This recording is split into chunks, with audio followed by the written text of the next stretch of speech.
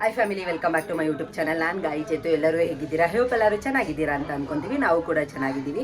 ಅಮ್ಮ ಮನೆಗೆ ಬಂದಿದ್ದೀವಿ. ಇವಾಗ ಫ್ಯಾಮಿಲಿ ಸಮೇತ ದೇವಸ್ಥಾನಕ್ಕೆ ಹೋಗ್ತಾ ಇದ್ದೀವಿ. ಸೊ ನೋಡೋಣ ಇವತ್ತಿನ ಡೇ ಹೇಗೆ ಹೋಗುತ್ತೆ ಅಂತ. ಯಾರೆಲ್ಲ ಇನ್ನೂ ನನ್ನ ಚಾನಲ್ ಸಬ್ಸ್ಕ್ರೈಬ್ ಆಗದೆ ನೋಡ್ತಾ ಇದ್ದೀರಾ, ಪ್ಲೀಸ್ ಸಬ್ಸ್ಕ್ರೈಬ್ ಆಗಿ ಅಂಡ್ ಪಕ್ಕದಲ್ಲೇ ಕಾಣೋ ಬೆಲ್ ಐಕನ್ನ ಕ್ಲಿಕ್ ಮಾಡಿ. ಆ್ಯಂಡ್ ಈ ವಿಡಿಯೋ ಇಷ್ಟ ಆದರೆ ಗೊತ್ತಲ್ಲ, ಲೈಕ್ ಮಾಡಿ, ಶೇರ್ ಮಾಡಿ, ಕಮೆಂಟ್ ಮಾಡಿ.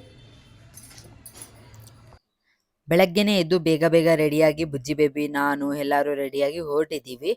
ತುಂಬ ದೂರ ಇದೆ, ಅಂದರೆ ಇಲ್ಲಿಂದ ಆಲ್ಮೋಸ್ಟ್ 120-130 ಕಿಲೋಮೀಟರ್ಸ್ ಆಗುತ್ತೆ. ಹಾಗಾಗಿ ಸ್ವಲ್ಪ ಬೇಗನೆ ಎದ್ದು ರೆಡಿಯಾಗಿ ಹೊರಟಿದ್ದೀವಿ.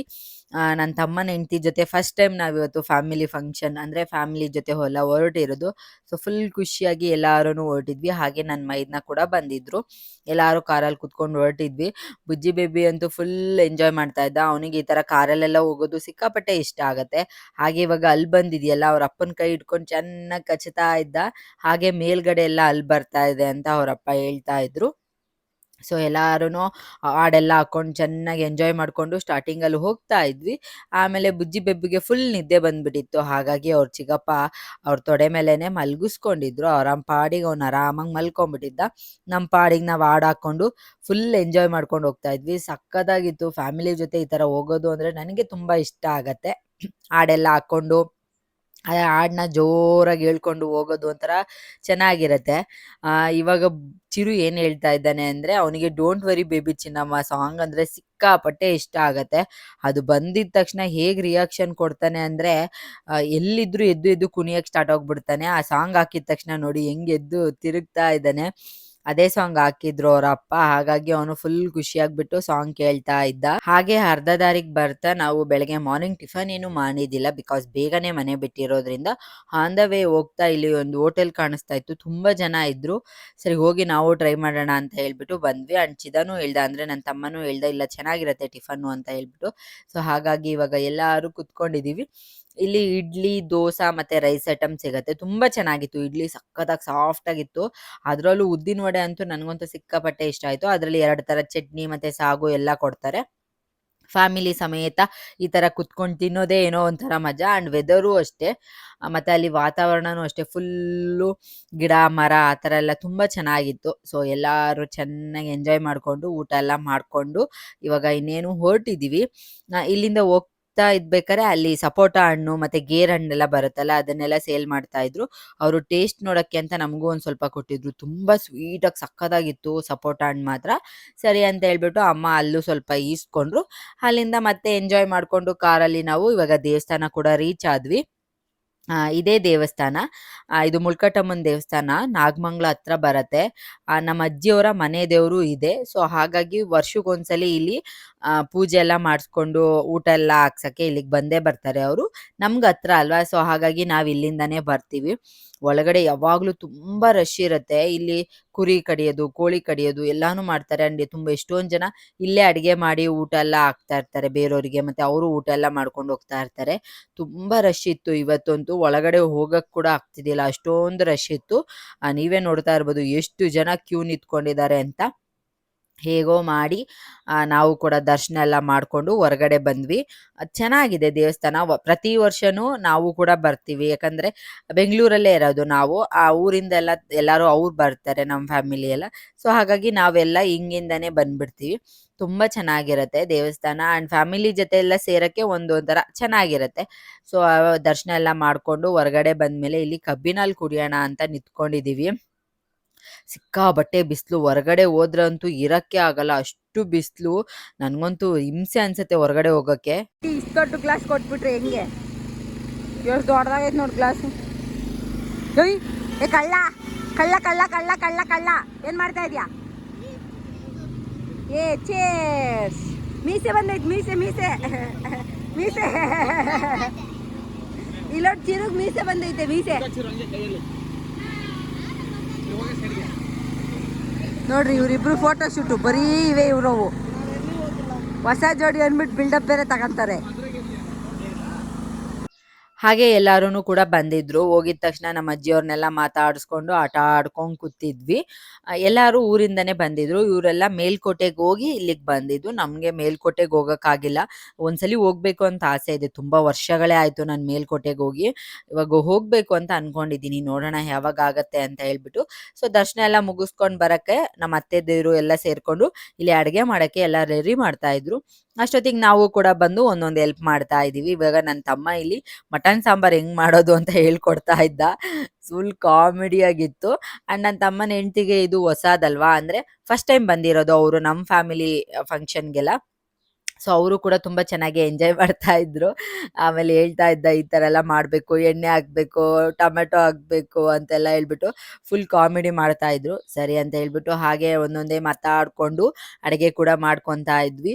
ಚೆನ್ನಾಗಿರುತ್ತೆ ಈ ಥರ ಫ್ಯಾಮಿಲಿ ಜೊತೆ ಎಲ್ಲ ಎಂಜಾಯ್ ಮಾಡೋದು. ನನಗಂತೂ ಸಿಕ್ಕಾಪಟ್ಟೆ, ಅದರಲ್ಲೂ ನನ್ನ ಫ್ಯಾಮಿಲಿ ಅಂತೂ ಫುಲ್ ಎಲ್ಲರೂ ತುಂಬ ಸಪೋರ್ಟ್ ಮಾಡ್ತಾರೆ. ಆ್ಯಂಡ್ ತುಂಬ ಚೆನ್ನಾಗಿ ಮಾತಾಡ್ತಾ ಇರ್ತಾರೆ. ಅವ್ರ ಹತ್ರ ಮಾತಾಡೋಕ್ಕೆ ಅಯ್ಯೋ ಏನು ಅನ್ಕೊಂತಾರೋ ಆ ಥರ ಎಲ್ಲ ಅನ್ಸೋದೇ ಇಲ್ಲ. ಸೊ ಹಾಗಾಗಿ ತುಂಬ ಚೆನ್ನಾಗಿರುತ್ತೆ. ಹಾಗೆ ಎಲ್ಲ ಮಕ್ಕಳೆಲ್ಲ ಬಂದಿದ್ರಲ್ಲ, ನನ್ನ ಮಗ ಅಂತೂ ಫುಲ್ಲು ಖುಷಿಯಾಗಿ ಹೋಗ್ಬಿಟ್ಟಿದ್ದಾನೆ. ಬಿಕಾಸ್ ಅವನಿಗೆ ಮಕ್ಕಳು ಸಿಕ್ಕಿದ್ರೆ ಸಾಕು ಅಂತ ಕಾಯ್ತಾ ಇರ್ತಾನೆ. ಹಾಗಾಗಿ ಅವ್ರ ಜೊತೆಗೆ ಆಟ ಆಡ್ತಾ ಇದ್ರು. ಇಲ್ಲಿ ಅಡುಗೆ ಒಲೆಯಲ್ಲಿ ಅಡುಗೆ ಮಾಡ್ತಾ ಇರೋದು. ಚಿಕ್ಕ ಪುಟ್ಟನ್ನ ನಾವು ಗ್ಯಾಸ್ ತೊಗೊಂಡು ಬಂದಿದ್ರಲ್ಲ ಅದರಲ್ಲಿ ಮಾಡ್ಕೊತಾ ಇದ್ವಿ. ಬಟ್ ಮಟನ್ ಸಾರನ್ನ ಇಲ್ಲಿ ಅಡುಗೆ ಒಲೆಯಲ್ಲಿ ಮಾಡ್ತಾ ಇದ್ದಾರೆ. ಟೇಸ್ಟ್ ಹಂಗೆ ಇರುತ್ತೆ. ಬಿಕಾಸ್ ಗ್ಯಾಸ್ ಒಲೆಯಲ್ಲಿ ಮಾಡೋಕ್ಕೂ ಅಡುಗೆ ಒಲೆಯಲ್ಲಿ ಮಾಡೋಕ್ಕೂ ತುಂಬ ವ್ಯತ್ಯಾಸ ಇರುತ್ತೆ. ಡಿಫ್ರೆಂಟ್ ಆಗಿರುತ್ತೆ ಟೇಸ್ಟ್ ಎಲ್ಲ. ಸೊ ಇಲ್ಲಿ ನನ್ನ ತಮ್ಮ ಫುಲ್ ಬಟ್ಟ ಕೆಲಸ ಮಾಡ್ಕೊಂಡ್ಬಿಟ್ಟಿದ್ದಾನೆ. ಅಲ್ಲಿ ಮಟನ್ ಸಾರು ಮಾಡಿ ಬಂದ ಸ್ವಲ್ಪ ಅದು ನಮ್ಮ ಅಜ್ಜಿಗೆ. ಬಿಕಾಸ್ ನಮ್ಮ ಅಜ್ಜಿಗೆ ಖಾರ ಎಲ್ಲ ಅಡ್ಜಸ್ಟ್ ಆಗಲ್ಲ. ಅಂದರೆ ನಮ್ಮ ಖಾರ ಅವ್ರಿಗೆ ಅಡ್ಜಸ್ಟ್ ಆಗಲ್ಲ. ಹಾಗಾಗಿ ಅವರಿಗೆ ಸಪ್ರೇಟಾಗಿ ಸ್ವಲ್ಪ ಖಾರ ಹಾಕ್ಬಿಟ್ಟು ಮಾಡ್ತೀವಿ. ಆ್ಯಂಡ್ ಇದು ಎಲ್ಲಾರ್ಗೂ ಅಂತ ಹೇಳ್ಬಿಟ್ಟು ಮಾಡ್ತಾ ಇದ್ನ. ಇವರು ನಮ್ಮ ಮಾವ, ನಮ್ಮ ಅತ್ತೆ ಅಂದರೆ ನಮ್ಮಮ್ಮ ಇದ್ದಾರಲ್ಲ ಅವರ ದೊಡ್ಡ ತಮ್ಮ ಮತ್ತು ತಮ್ಮನ ಹೆಂಡ್ತಿ. ನನ್ನ ತಮ್ಮ ಬಟ್ಟನ್ ಕೆಲಸ ಮಾಡ್ತಾ ಇದ್ದ ಚೆನ್ನಾಗಿ. ಆ್ಯಂಡ್ ಬುಜ್ಜಿ ಬೇಬಿ ಅಂತೂ ಫುಲ್ ಖುಷಿಯಾಗಿ ಎಲ್ಲರ ಹತ್ರನೂ ಹೋಗ್ತಾ ಇದ್ರು. ತುಂಬ ಜನ ಅಕ್ಕ, ಅಣ್ಣ, ತಮ್ಮ ಎಲ್ಲರೂ ಇದ್ದಾರಲ್ಲ. ತಮ್ಮ ಇಲ್ಲ, ಇವನೇ ಎಲ್ಲ ಚಿಕ್ಕೋನು ನಮ್ಮ ಮನೇಲಿ. ಸೊ ಎಲ್ಲಾರ ಜೊತೆ ಚೆನ್ನಾಗಿ ಆಟ ಆಡ್ಕೊಂಡಿದ್ರು. ಇವರು ನಮ್ಮ 2ನೇ ಅತ್ತೆ. ಇವಾಗ ಮಟನ್ ಸಾರು ಹೇಗಾಗಿದೆ, ಟೇಸ್ಟ್ ಹೇಗಿದೆ ಅಂತ ನೋಡೋಕೆ ಬಂದಿದ್ದಾರೆ. ನಾವಂತೂ ಫುಲ್ ರೇಗಿಸ್ತಾ ಇದ್ವಿ, ಕರೆಕ್ಟಾಗಿ ಟೇಸ್ಟ್ ಹೇಳ್ತೀರಾ ಇಲ್ವಾ ಅಂತ ಹೇಳ್ಬಿಟ್ಟು. ಆ್ಯಂಡ್ ನಾನು ವಿಡಿಯೋ ಮಾಡ್ತಾ ಇದ್ನ, ಫ್ರಂಟಲ್ಲಿ ತೋರಿಸ್ತಾರೆ ಅಂತ ಹೇಳ್ಬಿಟ್ರು. ಅವರು ನನಗೆ ಬ್ಯಾಕಾಗಿ ನಿಂತ್ಕೊಂಡ್ಬಿಟ್ರು. ಹಾಗಾಗಿ ಫ್ರಂಟಿಗೆ ಬರಬೇಕು ತಾನೆ ಅಂತ ಹೇಳ್ಬಿಟ್ಟು ನಾನೇ ಮತ್ತೆ ಬಂದೆ. ಆಮೇಲೆ ಟೇಸ್ಟ್ ನೋಡ್ಬಿಟ್ಟು ಇಲ್ಲ ಸೂಪರಾಗಿದೆ ಅಂತ ಹೇಳ್ತಾ ಇದ್ರು. ನಾವೆಲ್ಲ ರೇಗಿಸ್ತಾ ಇದ್ವಿ, ಕರೆಕ್ಟಾಗಿ ಹೇಳ್ತಾ ಇದ್ದೀರಾ ಇಲ್ವಾ ನೀವು ಅಂತ ಹೇಳ್ಬಿಟ್ಟು. ಆಮೇಲೆ ನನ್ನ ಕಡೆ ನೋಡ್ಬಿಟ್ಟು ಇಲ್ಲ ತುಂಬ ಚೆನ್ನಾಗಿದೆ ಅಂತ ಹೇಳ್ತಾ ಇದ್ರು. ಸರಿ ಆಮೇಲೆ ಟೇಸ್ಟ್ ಎಲ್ಲ ನೋಡಿಕೊಂಡು ಬುಜ್ಜಿ ಬೇಬಿ ಅಂತೂ ಎಲ್ಲರ ಜೊತೆ ಆಟ ಆಡ್ಕೊಂಡು ಇದ್ಬಿಟ್ಟಿದ್ರು ಅವರಂತೂ. ನಾವು ಹಾಗೆ ಒಂದೊಂದು ಚಿಕ್ಕ ಪುಟ್ಟ ಅದು ಇದು ಕೆಲಸಗಳಿರುತ್ತಲ್ಲ ಅದನ್ನೆಲ್ಲ ಮಾಡಿಕೊಂಡು ಹಾಗೆ ಬುಜ್ಜಿ ಬೇಬಿನೂ ನೋಡ್ಕೊತಾ ಇದ್ದೆ ನಾನು. ನಾನು ನೋಡ್ಕೊಳ್ಳೋದಕ್ಕಿಂತ ಅವರೇ ನೋಡ್ಕೊತಾ ಇದ್ರು. ಎಲ್ಲರ ಜೊತೆ ಹೋಗ್ತಾರೆ. ಈ ಥರ ಹೋಗಲ್ಲ ಅಂತೆಲ್ಲ ಏನೂ ಹಠ ಮಾಡಲ್ಲ. ಎಲ್ಲರ ಜೊತೆನೂ ಹೋಗ್ತಾರೆ. ಹಾಗೆ ಅವ್ರ ಪಾಡಿಗೆ ಅವ್ರ ಮಕ್ಕಳೆಲ್ಲ ಆಟ ಆಡ್ತಾ ಇದ್ರು. ನಾವು ಕುತ್ಕೊಂಡು ಮಾತಾಡೋದು, ಹಳೆ ಕತೆ ಅದು ಇದು ಮಾತಾಡ್ಕೊಂಡು ಕೂತಿದ್ವಿ. ಹಾಗೆ ಇಲ್ಲಿ ನಮ್ಮ ಅತ್ತೆ ಸೌತೆಕಾಯಿ ಎಸ್ತಾ ಇದ್ರು. ಅವ್ರು ಹೆಚ್ಚೋದಕ್ಕಿಂತ ಜಾಸ್ತಿ ನಾವೇ ತಿಂದು ಎಲ್ಲ ಖಾಲಿ ಮಾಡಾಕ್ತಾ ಇದ್ವಿ. ಎಳೆದು ತುಂಬ ಚೆನ್ನಾಗಿತ್ತ. ಹಾಗಾಗಿ ಕುತ್ಕೊಂಡಿದ್ದ ಜಾಗದಲ್ಲೇ ಎಲ್ಲ ಎತ್ಕೊಂಡು ತಿಂದು ಖಾಲಿ ಮಾಡೋಣ ಅಂತ ಹೇಳ್ಬಿಟ್ಟು ಸುಮ್ಮನೆ ಕುತ್ಕೊಂಡು ಖಾಲಿ ಮಾಡ್ತಾ ಇದ್ವಿ. ಹಾಗೇನೆ ಬುಜ್ಜಿ ಬೇಬಿಗೂ ಕೊಡ್ತೀವಿ. ಬುಜ್ಜಿ ಬೇಬಿಗೆ ಇವಾಗ ಆಲ್ಮೋಸ್ಟ್ 11 ಮಂತ್ಸ್ ಆಗಿದೆ. ಅವನಿಗೆಲ್ಲ ಫುಡ್ಡು ಕೊಡೋಕ್ಕೆ ಸ್ಟಾರ್ಟ್ ಮಾಡಿದ್ದೀನಿ. ಇದು ಕೊಡಲ್ಲ, ಅದು ಕೊಡಲ್ಲ ಅಂತೆಲ್ಲ ಏನಿಲ್ಲ. ಸೊ ಹೋಗಿದ್ದ ಜಾಗದಲ್ಲಿ ಏನೇನು ಸಿಗುತ್ತೋ ಅವನಿಗೆ ಏನು ಕೊಡ್ಬೋದೋ ಅದನ್ನೆಲ್ಲ ಕೊಡ್ತೀನಿ. ಹಾಗೆ ಇಲ್ಲಿ ನೋಡಿ ಬುಜ್ಜಿ ಬೇಬಿ ಎದ್ದು ನಿಂತ್ಕೊತಾ ಇದ್ದಾರಲ್ಲ. ಸೊ ಎಷ್ಟು ಚೆನ್ನಾಗಿ ನಿಂತ್ಕೊಂಡು ಅವರು ಕೂಡ ಎಂಜಾಯ್ ಮಾಡ್ತಾ ಇದ್ದಾರೆ. ಆ್ಯಂಡ್ ಬೀಳಲ್ಲ, ಅವರು ನಿಧಾನಕ್ಕೆ ಕೈ ಊರ್ಬಿಟ್ಟು ಕುತ್ಕೊತಾರೆ. ಸೊ ಬೀಳ್ತಾರೆ ಅನ್ನೋ ಭಯನೇ ಇರಲ್ಲ ನಮಗೆ.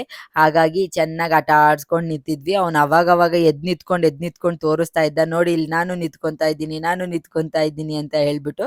ಸೊ ಹಾಗೆ ಎಲ್ಲರೂ ಖುಷಿಯಾಗಿ ಮಾತಾಡ್ಕೊಂಡು ಆಟ ಆಡ್ಕೊಂಡಿದ್ವಾ. ಮಕ್ಕಳೆಲ್ಲ ಅಲ್ಲಿ ಬ್ಯಾಟು ಬಾಲು ಏನೇನು ಸಿಗುತ್ತೋ ಅದನ್ನೆಲ್ಲ ತೊಗೊಂಡು ಬಂದು ಆಟ ಆಡ್ಕೊಂಡಿದ್ರು. ನಮ್ಮ ಪಾಡಿಗೆ ನಾವು ಆಟ ಆಡ್ಕೊಂಡಿದ್ವಿ. ಆಮೇಲೆ ಅಡುಗೆ ಮಾಡೋರೆಲ್ಲ ಅಡುಗೆ ಮಾಡ್ತಾ ಇದ್ರು. ಸೊ ಫೈನಲಿ ಅಡುಗೆ ಎಲ್ಲ ಆದಮೇಲೆ ಸುಮ್ಮನೆ ನಮ್ಮ ಅಜ್ಜಿ ಹತ್ರ ಕುತ್ಕೊಂಡು ಮಾತಾಡ್ತಾ ಇದ್ವಿ.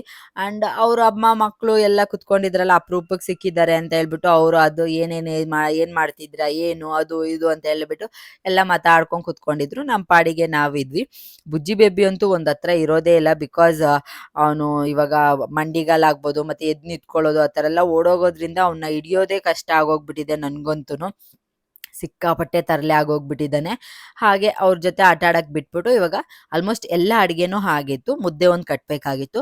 ಆ್ಯಂಡ್ ಬೆಳಗ್ಗೆ ಬುಜ್ಜಿ ಬೇಬಿಗೆ ಟಿಫನ್ ತಿನ್ನಿಸ್ಕೊಂಡೇ ಕರ್ಕೊಂಡು ಬಂದಿದ್ದೆ. ಮಧ್ಯಾಹ್ನಕ್ಕೆ ಅಲ್ಲೇ ಮುದ್ದೆ ಮಾಡಿದ್ರಲ್ಲ ಬಿಸಿ ಬಿಸಿದು, ಇದು ಪ್ಲೇನ್ ಮುದ್ದೆ ಅಂದರೆ ಬರೀ ರಾಗಿ ಹಿಟ್ಟಾಕಿ ಮಾಡಿದ್ದು, ಅಕ್ಕಿ ಆ ಥರ ಅನ್ನ ಏನೂ ಹಾಕಿದ್ದಿಲ್ಲ.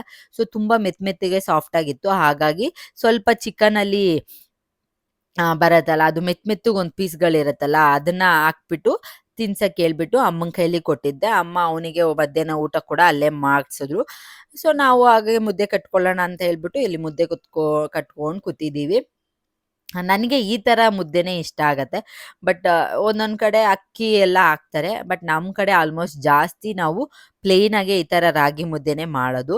ಸಿಕ್ಕಾಪಟ್ಟೆ ಬಿಸಿ ಇತ್ತು. ಆದ್ರೂ ಕಟ್ಟೆ ಆ್ಯಂಡ್ ಮಕ್ಕಳು ಆಟ ಆಡ್ತಾ ಇದ್ರಲ್ಲ, ಅವರು ಬಾಲ್ ಬಂದು ಸೊರ್ರೆಗೆ ಬಿತ್ತು. ನನಗೆ ಪೇಯ್ನ್ ತಡ್ಕೊಳಕ್ಕೆ ಆಗಿಲ್ಲ, ಅಷ್ಟು ಜೋರಾಗಿ ಹೊಡೆದ್ರು. ಸೊ ಹಾಗಾಗಿ ಬಕ್ಕೊಂಬಿಟ್ಟೆ ನಾನು, ಆ ಪೇಯ್ನ್ ತಡ್ಕೊಳಕ್ಕಾಗದೆ.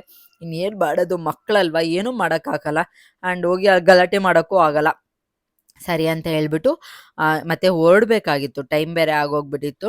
ಎಲ್ಲರ ಹತ್ರ ಮಾತಾಡ್ಕೊಂಡು ಫಸ್ಟು ನಾವೇ ಊಟಕ್ಕೆ ಕುತ್ಕೊಂಡ್ಬಿಟ್ಟಿದ್ವಿ ಪಂಕ್ತಿಯಲ್ಲಿ. ಟೈಮ್ ಆಗೋಗ್ಬಿಡುತ್ತೆ ಮತ್ತೆ ವಾಪಸ್ ಹೋಗೋಕ್ಕಾಗಲ್ಲ ಅಂತ ಹೇಳ್ಬಿಟ್ಟು. ಸೊ ಹಾಗಾಗಿ ಅನ್ನ, ಮುದ್ದೆ ಮತ್ತು ಮಟನ್ ಸಾರು, ಚಿಕನ್ ಸಾರು ಎಲ್ಲ ಮಾಡಿದ್ರು. ಊಟ ಎಲ್ಲ ಮಾಡಿಕೊಂಡು ಅಷ್ಟರಲ್ಲಿ ಬುಜ್ಜಿ ಬೇಬಿ ಕೂಡ ಮಲ್ಕೊಂಬಿಟ್ಟಿದ್ದ. ಆಮೇಲೆ ಅವನು ಕೂಡ ಎತ್ಕೊಂಡು ಎಲ್ಲರಿಗೂ ಬಾಯ್ ಹೇಳಿ ಇವಾಗ ಕಾರಲ್ಲಿ ಹೊರಟಿದ್ದೀವಿ. ಸೊ ನೋಡಿ, ಆನ್ ದ ವೇ ಬರ್ತಾನೆ ಅಣ್ಣ ತಮ್ಮ ಇಬ್ಬರು ಫ್ಲಾಟ್ ಆಗಿ ಹೋಗ್ಬಿಟ್ರು. ನಮ್ಮ ಪಾಡಿಗೆ ನಾವು ಹಾಡು ಕೇಳ್ಕೊಂಡು ಮಾತಾಡ್ಕೊಂಡು ಬರ್ತಾ ಇದ್ವಿ. ಚಿರುನ ಅಮ್ಮ ಮುಂದೆ ಕೂರಿಸ್ಕೊಂಡಿದ್ರು, ಅವರು ಮಲ್ಕೊಂಬಿಟ್ಟಿದ್ರು. ಸೊ ಫೈನಲಿ ಅಮ್ಮ ಮನೆಗೆ ಬಂದು ಸಂಜೆ ಆಗೋಗಿತ್ತು ಬರೋಷ್ಟೊತ್ತಿಗೆ, ಒಂದು 5 ಏನೋ. ಸೊ ಕಾಫಿ ಕೊಟ್ಟರು, ಕುಡಿದ್ಬಿಟ್ಟು ನಾವು ಕೂಡ ಮತ್ತೆ ನಮ್ಮ ಮನೆಗೆ ಹೊರಡೋಣ ಅಂತ ಹೇಳ್ಬಿಟ್ಟು, 1 ವೀಕ್ ಇದನ್ನ ಸರಿ ಅಂತ ಹೇಳ್ಬಿಟ್ಟು ಹೋಗೋಣ ವಾಪಸ್ಸು ಅಂತ ಹೇಳಿ ಇವಾಗ ಹೊರಡೋಕ್ಕೆ ರೆಡಿ ಆಗಿದ್ವಿ. ಹಾಗೆ ನಮ್ಮ ಮೈದ್ನೂ ಬಂದಿದ್ರಲ್ಲ, ಎಲ್ಲರೂ ಒಟ್ಟಿಗೆ ಮನೆಗೆ ಹೋಗೋಣ ಅಂತ ಹೇಳಿ ಇವಾಗ ರೆಡಿಯಾಗಿ ಎಲ್ಲರಿಗೂ ಬಾಯ್ ಹೇಳಿ ಹೋಗ್ತಾ ಇದ್ದೀವಿ. ಮತ್ತೆ ಯಾವಾಗ ಬರ್ತೀವೋ ಅಮ್ಮ ಮನೆಗೆ ನೋಡೋಣ ಅಂತ ಹೇಳ್ಬಿಟ್ಟು ಚಿರುನ ನಮ್ಮ ಮೈದ್ನನ ಗಾಡಿಯಲ್ಲಿ ಕೂರಿಸಿ, ನಾನು ಬುಜ್ಜಿ ಮತ್ತು ನಮ್ಮ ಹಸ್ಬೆಂಡು ನಮ್ಮ ಗಾಡಿಯಲ್ಲಿ ಹೋಗೋಣ ಅಂತ ಹೇಳ್ಬಿಟ್ಟು ಹೊರಟಿದ್ವಿ. ನಾವು ಎಲ್ಲೋ ಹೋಗ್ತಾ ಇದ್ದೀವಿ ಅಂತ ಹೇಳ್ಬಿಟ್ಟು ಅವನು ಬಾಯ್ ಮಾಡ್ತಾ ಇದ್ದ. ಆಮೇಲೆ ಫೈನಲಿ ಮನೆಗೆ ಬಂದು ಸ್ವಲ್ಪ ಹೊತ್ತು ರೆಸ್ಟ್ ಮಾಡಿ ಮತ್ತೆ ಅಡುಗೆ ಮಾಡೋಕ್ಕೆ ಮೂಡೇ ಇದ್ದಿದ್ದಿಲ್ಲ. ಹಾಗಾಗಿ ನಾವು ಅನ್ನ ಸ್ವಲ್ಪ ಮೆತ್ತಗೆ ಮಾಡಿದ್ನ, ಅದಕ್ಕೆ ತುಪ್ಪ ಹಾಕ್ಬಿಟ್ಟು ಬುಜ್ಜಿ ಬೇಬಿಗೂ ಅದನ್ನೇ ತಿನ್ನಿಸ್ದೆ. ಅವರು ಅದನ್ನೇ ಕೂಡ ತಿನ್ಕೊಂಡ್ರು. ನೋಡಿದ್ರಲ್ಲ ಇವತ್ತಿನ ವ್ಲಾಗ್ ಹೇಗಿತ್ತು ಅಂತ. ಆ್ಯಂಡ್ ಈ ವಿಡಿಯೋನ ನಾನು ಇಲ್ಲಿಗೆ ಎಂಡ್ ಮಾಡ್ತೀನಿ. ಮತ್ತೆ ಹೊಸ ವಿಡಿಯೋದಲ್ಲಿ ಸಿಗ್ತೀನಿ. ಟೇಕ್ ಕೇರ್, ಬಾಯ್ ಬಾಯ್.